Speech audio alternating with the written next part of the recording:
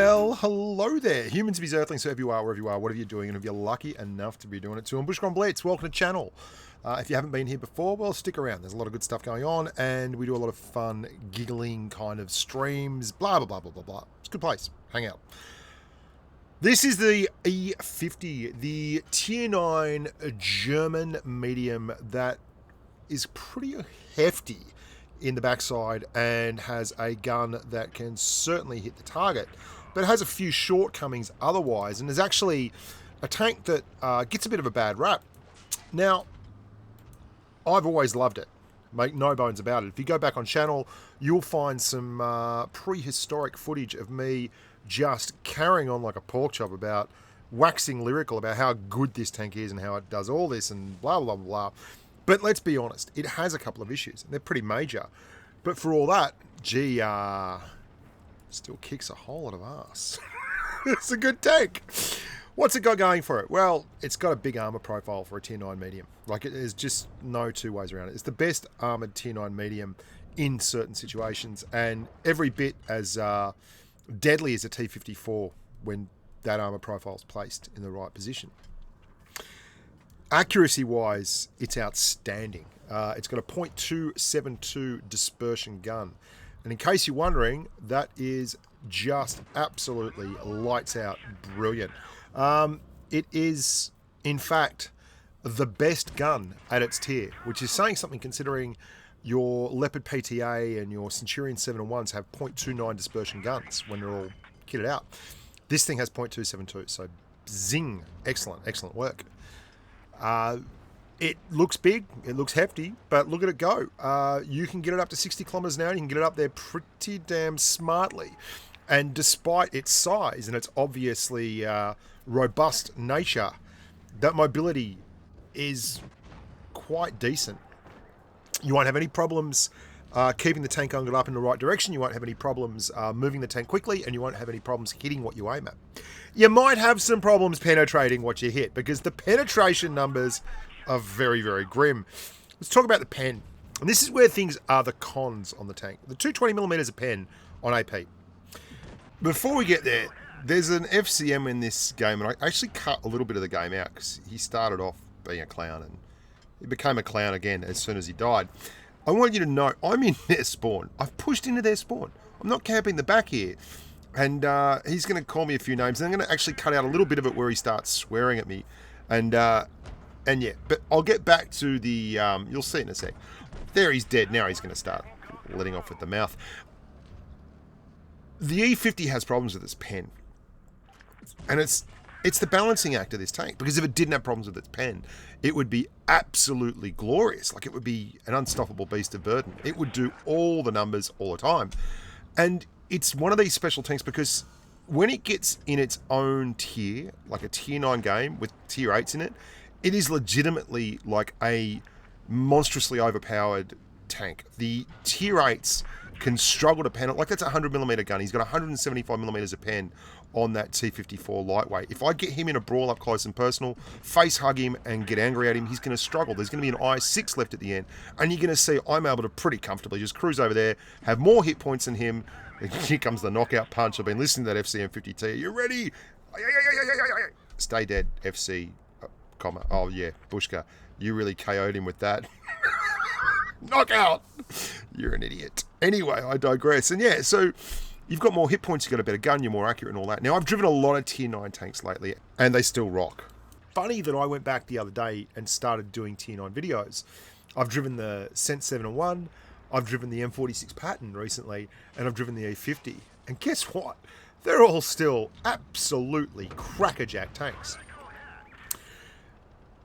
And the E50 is even more interesting for me because, well,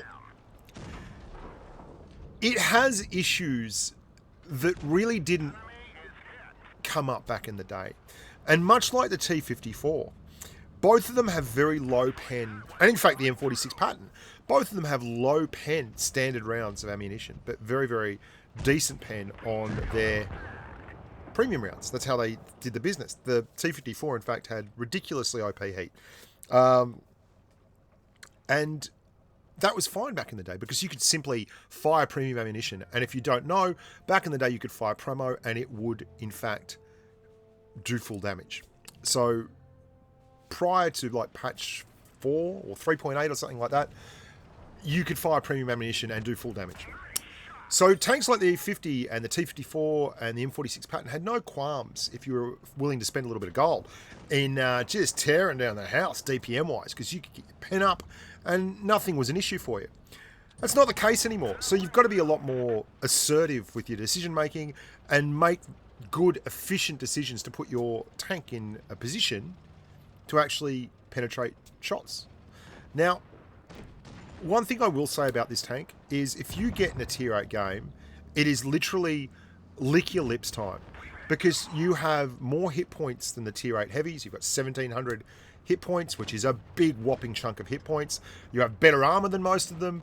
You've got better DPM than most of them. You've got an absolutely incredibly accurate gun, and you should be able to have a massive influence on how the game actually progresses and how it and how successful you are.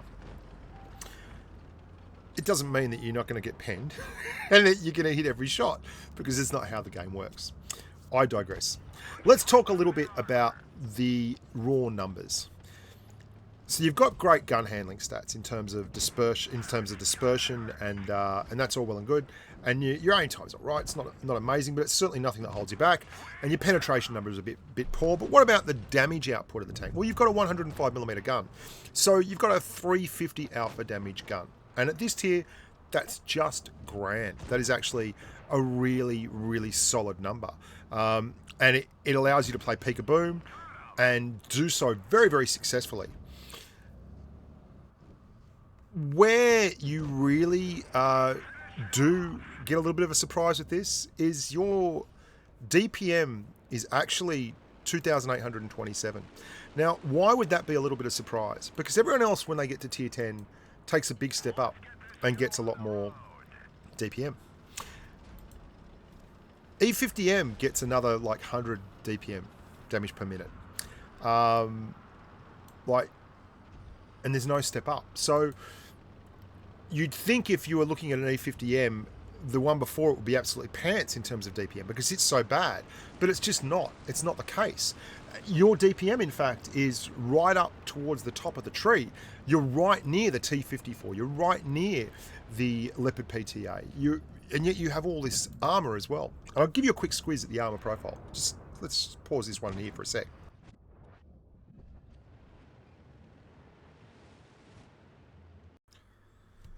So this is the E50M as seen from the perspective of the Centurion 7-1. That has very, very nice APCR penetration numbers.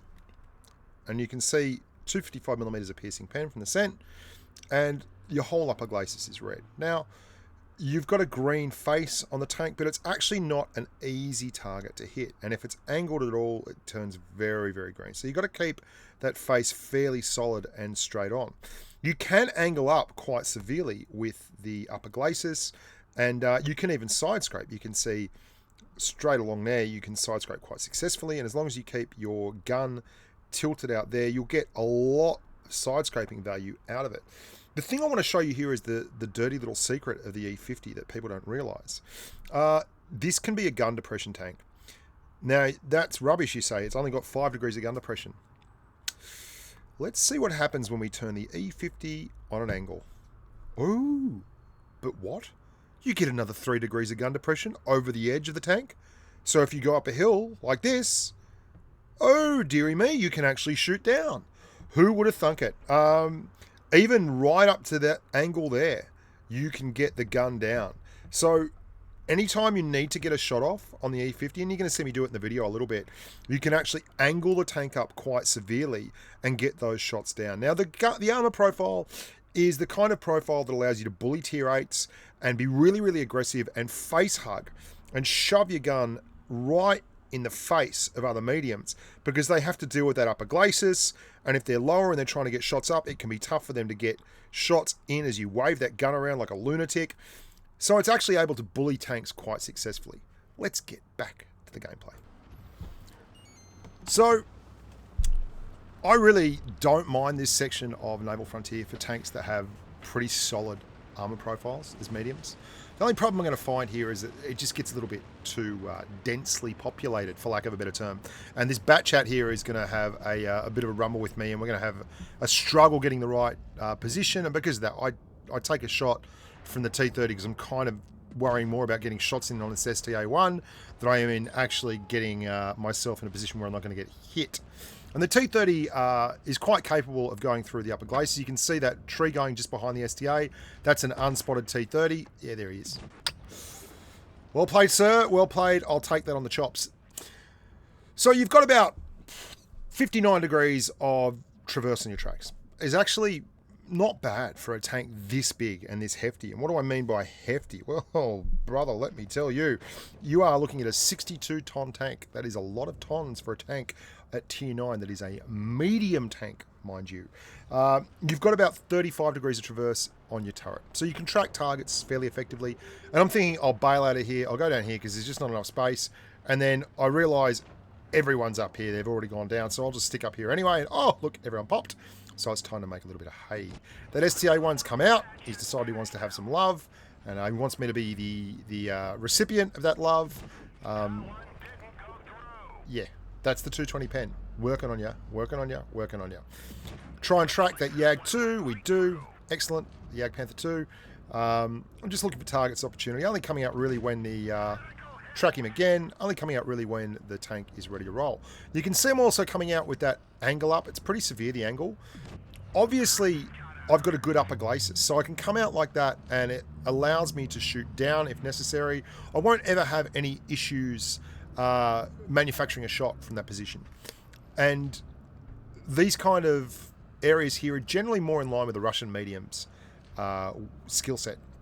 But the E50 can do this just as successfully. And you can see there, drill one into the ISU 152, and the gun really does sing. Look, if you can let the gun sing, it will give you a lovely tune because, well, 0.272 dispersion is pretty amazing. There's that upper glacis working wonders again. That Boomsig thinking he was going to do the business on me and absolutely coming up second best. Go E50's upper glacis. And that is really where you want to be with the tank. You want to be in a position where you kind of half frontlining, kind of half peeker booming, kind of half sniping, because it can fulfill all those roles fairly bloody well. And when you need to push up and you're top tier in a tier 9 game, you can then make a whole lot of love for very little outlay. If I could say one thing, and you can see again, I angle the tank up here, so side on. So look at that, I get the gun down, no problem at all. If I could say one thing, it would be that the tank does quite often get miscast as a really good armor profile. It is situationally strong. It is not an IS-7, it's not a mouse, it's not a heavy tank. It is a medium tank. So you can make the armor work, but like the T-54 that has an outstanding armor profile in situations, but not at all times. So you've got to really be cognizant of the fact that the armor profile is good, but not to be relied upon. Anyone who wants to fire Premo, who can catch you square and flush, can get through the front of your tank at times, and it's just one of those things. You got to get better at it. The stock grind is pretty grim. Your stock tank is a 75mm tier 6 gun.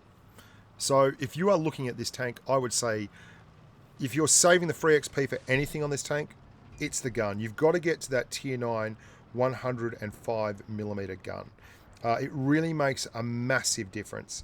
The 88 is not the gun for you. The 88 is not the gun you've been looking for.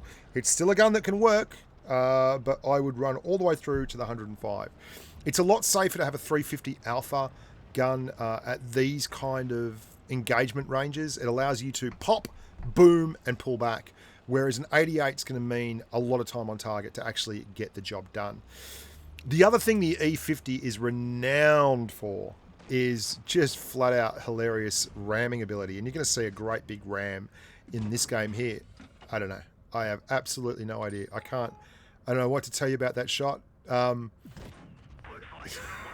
Welcome to RNGesus Population U.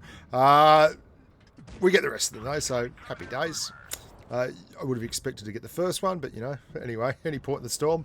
The ramming ability of this tank is legendary. In fact, I did a fantastic, fun video way back in the day on the E50 and the E50M where I just put together a whole bunch of rams. And I used to drive this thing for pretty much just the ramming. I drive it to ram and ram and ram. And I drove it really aggressively and used to put it in engagements all the time where I'd face hug the enemy. I'd just get in there and face hug. Here we go. 627 hit points going in. No hit points coming out. That's a lot of hit points to take off a tank in one ram. And the Borsig, prevention of cruelty to Borsigs, should be a catchphrase around here because I really do give them a bit of an uppercut. Anyway, I digress. This area on the hill on Dead Rail can be quite good for this tank. You can see you can move up and put the gun over the side so you get that 8 degrees of gun depression. And that's pretty cool. And you also then can back up really quickly like that and show this really, really hard to hit upper glacis. Now that Scent's pushing around. I have no qualms trading with him. I have him on toast in terms of both DPM, accuracy. I've got an even more accurate gun than that Scent. Hit point pool, the whole 9 yards. And I'm very, very worried about losing my mate over there. But I've got 2 in front of me. We've still got a bloke up the top who is sniping down and a light behind me as well. So I'm just trying to hold in here. Our 54 lightweight, or their 54 lightweight's gone down behind me on the left. And we're slowly whittling it down. Even numbers at the moment, 3 on 3. There we go. There's the IS-8. He's still looking at the guy behind me. Eventually takes out the batch out, the 25 TAP. And it's 2 on 3 now. And our 54, who's been up very, very high, sniping down, is starting to move back. I'm trying to keep this. Now, this is a really good example of the tank. You'd think a tank this big might have some troubles. Absolutely none. It keeps tanks in front of it really comfortably. Then we go in a really nice side scrape position here, which means he's got to push all the way around to get the shot. And that means that we get a shot in his side. And then we're going to have to take a very, very smart... Oh, that's just an accidental press of the button there. My bad. He fired Premo through there, but we still caught it. And successfully... I think something's going on here with my buttons. I'm pressing the button.